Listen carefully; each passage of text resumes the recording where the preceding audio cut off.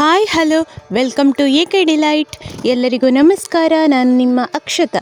ಇವತ್ತು ನಾನು ರುಚಿಕರವಾದಂತಹ ಸೀಸನಲ್ ಕಾಡು ಮಾವಿನ ಹಣ್ಣಿನ ಸಾರನ್ನು ಯಾವ ರೀತಿ ಮಾಡೋದು ಅಂತ ತೋರಿಸ್ತಾ ಇದ್ದೇನೆ. ಬನ್ನಿ ಹಾಗಿದ್ರೆ ರುಚಿಕರವಾದಂತಹ ಈ ಕಾಡು ಮಾವಿನ ಹಣ್ಣಿನ ಸಾರನ್ನು ಯಾವ ರೀತಿ ಮಾಡೋದು ಅಂತ ನೋಡುವ.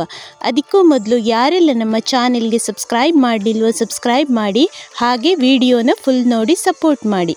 ನೋಡಿ, ಇದು ಕಾಡು ಮಾವಿನ ಹಣ್ಣು. ಇದನ್ನು ಚೆನ್ನಾಗಿ ಕ್ಲೀನ್ ಮಾಡಿ ತಗೊಂಡಿದ್ದೇನೆ. ಇನ್ನಿದ್ರ ನೋಡಿ, ಈ ರೀತಿ ಅದರ ಹೊರಗಿನ ಸಿಪ್ಪೆಯನ್ನು ತೆಗೆದುಕೊಳ್ಳುವ.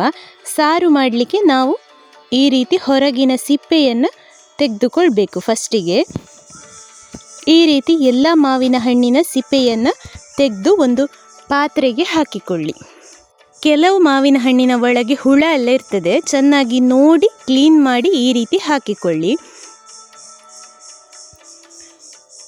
ನಾನಿಲ್ಲಿ ಸಾಧಾರಣ ಒಂದು 15 ಮಾವಿನ ಹಣ್ಣನ್ನು ಯೂಸ್ ಮಾಡಿಕೊಂಡಿದ್ದೇನೆ. ನಿಮಗೆ ಎಷ್ಟು ಬೇಕೋ ಅಷ್ಟು ಮಾವಿನ ಹಣ್ಣನ್ನು ಹಾಕಿಕೊಳ್ಳಬಹುದು.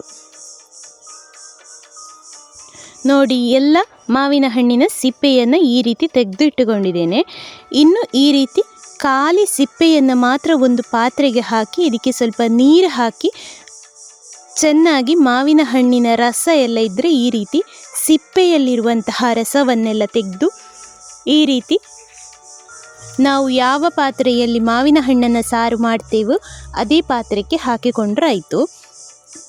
ನಿಮಗೆ ಎಷ್ಟು ನೀರು ಬೇಕೋ ಅಷ್ಟು ನೀರನ್ನು ಹಾಕಿಕೊಳ್ಬಹುದು. ಇದು ಸಾರಾದ ಕಾರಣ ಸ್ವಲ್ಪ ನೀರಿದ್ದರೆ ತೊಂದರೆ ಇಲ್ಲ. ಇನ್ನು ಈ ಸಿಪ್ಪೆಯನ್ನು ಯೂಸ್ ಮಾಡಲಿಕ್ಕಿಲ್ಲ, ಇದನ್ನು ಬಿಸಾಡಿಕೊಂಡ್ರೆ ಆಯಿತು. ಇನ್ನು ನೋಡಿ, ಈ ಮಾವಿನ ಹಣ್ಣು ಹಾಕಿದ ಪಾತ್ರವನ್ನು ನಾನು ಸ್ಟವ್ ಮೇಲೆ ಇಟ್ಟು ಸ್ಟವ್ ಹಚ್ಚಿ ಇನ್ನು ನಾವು ಇದಕ್ಕೆ ರುಚಿಗೆ ಬೇಕಾದಷ್ಟು ಉಪ್ಪು ಬೆಲ್ಲ ಎಲ್ಲ ಹಾಕಿಕೊಳ್ಬೇಕು. ನಾನಿಲ್ಲಿ ನೋಡಿ ಒಂದು 1/4 ಚಮಚ ಆಗುವಷ್ಟು ಅರಶಿನ ಹುಡಿ, ಹಾಗೆ ಒಂದು 3/4 ಚಮಚ ಆಗುವಷ್ಟು ಉಪ್ಪು, ಹಾಗೆ ಒಂದು 3 ಚಮಚ ಆಗುವಷ್ಟು ಬೆಲ್ಲದ ಹುಡಿ. ನಾನಿಲ್ಲಿ ಸಾವಯವ ಬೆಲ್ಲ ತಗೊಂಡ ಕಾರಣ ಸಾರು ಸ್ವಲ್ಪ ಕಂದು ಕಲರಲ್ಲಿ ಬಂದಿದೆ. ನೀವು ಬೇಕಿದ್ರೆ ಸಕ್ಕರೆ ಕೂಡ ಹಾಕಿಕೊಳ್ಬಹುದು.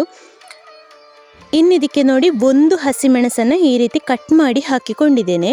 ನೀವಿಲ್ಲಿ ಉಪ್ಪು ಖಾರ ಸಿಹಿ ಎಲ್ಲ ಜಾಸ್ತಿ ಬೇಕು ಅಂತಿದ್ರೆ ಜಾಸ್ತಿ ಆ್ಯಡ್ ಮಾಡಿಕೊಳ್ಬೋದು. ಹಾಗೆ ಸಿಹಿ ಬೇಡ ಅಂತಿದ್ದವರು ಬೆಲ್ಲ ಆ್ಯಡ್ ಮಾಡಿಕೊಳ್ಳಿಕ್ಕೆ ಹೋಗಬೇಡಿ.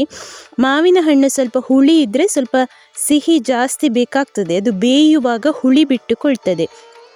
ನೋಡಿ, ಇದೀಗ ಚೆನ್ನಾಗಿ ಕುದಿಲಿಕ್ಕೆ ಸ್ಟಾರ್ಟ್ ಆಯಿತು. ಇದು ಒಂದು 10 ನಿಮಿಷ ಮಾವಿನ ಹಣ್ಣು ಬೇಯುವಲ್ಲಿವರೆಗೆ ಚೆನ್ನಾಗಿ ಕುದೀಲಿ. ಕೆಲವೆಲ್ಲ ಟೈಮ್ ವೇರಿಯೇಷನ್ ಆಗ್ತದೆ. ಅಂದರೆ ಮಾವಿನ ಹಣ್ಣು ಸ್ವಲ್ಪ ಸಣ್ಣದಿದ್ದರೆ ಬೇಗ ಬೇಯ್ತದೆ, ಸ್ವಲ್ಪ ದೊಡ್ಡದಿದ್ದರೆ ಸ್ವಲ್ಪ ಟೈಮ್ ತಗೊಳ್ತದೆ. ನೋಡಿ ಬೇಯಿಸಿಕೊಳ್ಳಿ. ನೋಡಿ, ಇದೀಗ ಆಗ್ತಾ ಬಂತು.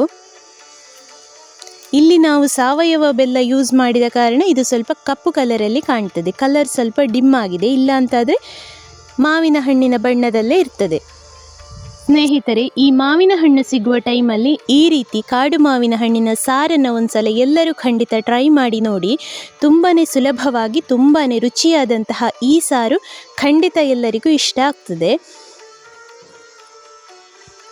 ಇದಕ್ಕೆ ಬೇಕಾದಂತಹ ಇಂಗ್ರೀಡಿಯೆಂಟ್ಸನ್ನು ಡಿಸ್ಕ್ರಿಪ್ಷನ್ ಬಾಕ್ಸಲ್ಲಿ ಕೊಟ್ಟಿರ್ತೇನೆ. ನೋಡಿ, ಇದೀಗ ಚೆನ್ನಾಗಿ ಕುದೀತಾ ಇದೆ. ಉಪ್ಪು ಖಾರ ಹುಳಿ ಸಿಹಿ ಏನು ಬೇಕಿದ್ರೂ ಇದಕ್ಕೆ ಬೇಕಾದಷ್ಟು ಆ್ಯಡ್ ಮಾಡಿಕೊಳ್ಬಹುದು. ನೋಡಿ, ಇದೀಗ ಚೆನ್ನಾಗಿ ಕುದಿದು ನಮ್ಮ ಸಾರು ರೆಡಿಯಾದ ಮೇಲೆ ಅದಕ್ಕೆ ಒಂದು 10 ಕರಿಬೇವಿನ ಎಲೆಯನ್ನು, ಹಾಗೆ ಹಸಿ ಕರಿಬೇವಿನ ಎಲೆಯನ್ನು ಆ್ಯಡ್ ಮಾಡಿಕೊಳ್ತಾ ಇದ್ದೇನೆ.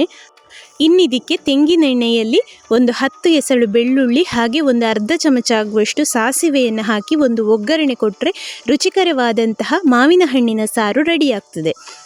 ಸ್ನೇಹಿತರೆ, ಹಾಗಿದ್ರೆ ಈ ಸಿಂಪಲ್ ಆದಂತಹ ಸಾರನ್ನು ಈ ಸೆಖೆಗೆ ಎಲ್ಲರೂ ಒಂದ್ಸಲ ಖಂಡಿತ ಟ್ರೈ ಮಾಡಿ ನೋಡಿ.